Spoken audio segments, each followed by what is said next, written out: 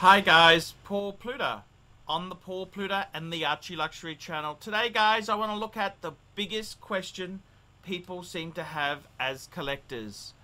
Rolex or Grand Seiko? And I gotta tell you, one thing you find is so many people are confused whether they should go for a Rolex, join the Rolex fanboy club, or do they buy something left of field?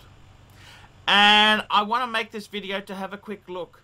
One watch which I've just pulled up on the screen is the Milgauss. It's stainless steel. It's got a very striking type of look. It's also a price point. It's one of the less expensive sports models because it doesn't have a date or complications. Well, it does have anti-magnetic shielding. That certainly qualifies as a complication. This type of watch here is a very the type of thing people would consider, or do they get a Grand Seiko? And it's a real hard thing. So I just want to show you, look at the quality, look at the finishing of this, the fit and the finish. And then let's take a look at a very popular Grand Seiko, a Grand Seiko Spring Drive Grand Seiko. And look at this here, look at that second hand, look at the sword hands. This piece here has a power reserve indicator and a date, but it's very much very good piece to compare to a more simpler sports Rolex like a Milgauss. The price point, yes, you can get it at a bit of a discount with a bit of haggling, but it's really the quality. Take a look at the fit and the finish. That is really what the important aspects of this watch are. It's that impeccable fit and finish. And I've got to tell you myself, looking at this Grand Seiko Spring Drive, you can very easily fall in love with it.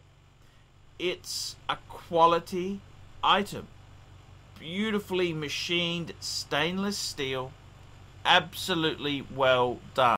And then if we take a look at the back, look at this delight that this watch has got, a beautiful display back with a really beautifully decorated and finished movement.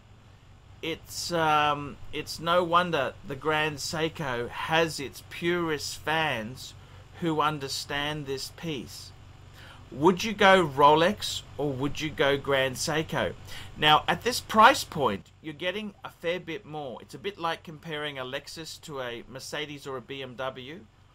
The Lexus has got leather seating, better stereo, park assist and navigation, whereas the Beamer or Mercedes is a little bit low rent, but it gets us that very respected badge on the front. And so many of us are swayed by the badge. Wristwatches is all about snobbery. We want something that impresses people we don't really like. Yes, we get a sense of enjoyment and fulfillment out of owning these material possessions, but we also get a sense of enjoyment when people go, wow, that's a beautiful, they get envious of our possessions. Would I go Grand Seiko? Would I go a basic model Rolex? This is the perfect decider, because in many cases the Rolex that you would get would not have a date, wouldn't have a power reserve, wouldn't have display back. It'd be a bit more simpler to fit in with the price point of this piece. Grand Seiko or Rolex, I think this could be a very tricky thing to do. It's like a well done breakfast, something you need to sit back, enjoy and really think about before you decide. So which way would I go if it was my choice? I tell you which way I'd go. Rolex, Rolex, Rolex.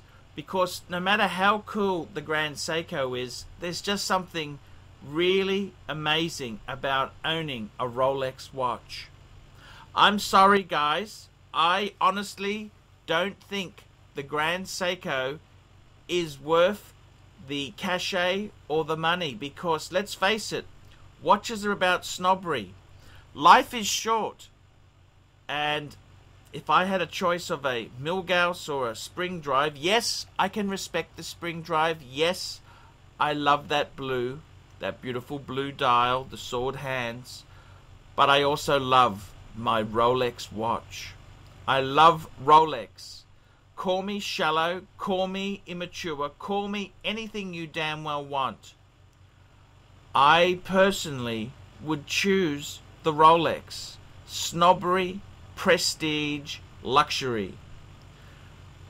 I'm Archibald Chesterfield III. Tell me which of these watches you would choose. Thank you, and don't forget to subscribe to this channel.